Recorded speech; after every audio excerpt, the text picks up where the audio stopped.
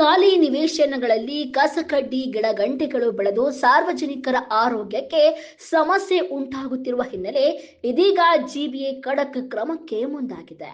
ಇಂದಿನಿಂದ ಬೆಂಗಳೂರಿನಲ್ಲಿ ಖಾಲಿ ನಿವೇಶನಗಳ ಸ್ವಚ್ಛತಾ ಕಾರ್ಯಕ್ಕೆ ಜಿಬಿಎ ಚಾಲನೆ ನೀಡಿದೆ.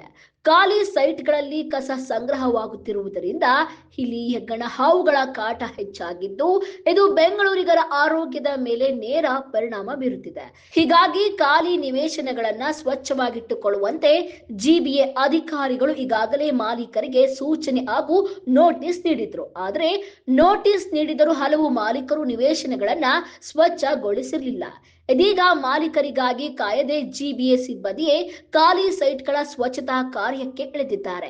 ಸ್ವಚ್ಛತೆಗೆ ತಗಲುವ ವೆಚ್ಚವನ್ನು ಆಸ್ತಿ ತೆರಿಗೆಯಲ್ಲಿಯೇ ವಸೂಲಿ ಮಾಡಲು ಜಿಬಿಎ ಮುಂದಾಗಿದೆ. ಇನ್ನು ದೊಮ್ಮಲೂರು ಲೇಔಟ್ನಲ್ಲೂ ಖಾಲಿ ನಿವೇಶನವೊಂದರಲ್ಲಿ ಗಿಡಗಂಟೆಗಳು ಬೆಳೆದು ಸ್ವಚ್ಛತೆ ಇಲ್ಲದಿರುವುದು ಅಧಿಕಾರಿಗಳ ಗಮನಕ್ಕೆ ಬಂದಿದೆ. ಹಲವು ಬಾರಿ ನೋಟಿಸ್ ನೀಡಿದ್ರೂ ಮಾಲೀಕರು ಕ್ರಮ ಕೈಗೊಂಡಿರಲಿಲ್ಲ. ಹೀಗಾಗಿ ಜಿಬಿಎ ಸಿಬ್ಬಂದಿ ಖಾಲಿ ಸೈಟ್ನ ಗೇಟ್ ಬೀಗ ಹೊಡೆದು ಒಳನುಗ್ಗಿ ಸ್ವಚ್ಛತಾ ಕಾರ್ಯ ನಡೆಸಿದ್ದಾರೆ. ಜೊತೆಗೆ ನಿವೇಶನ ಮಾಲೀಕರಿಗೆ ದಂಡವನ್ನ ವಿಧಿಸಿದ್ದಾರೆ.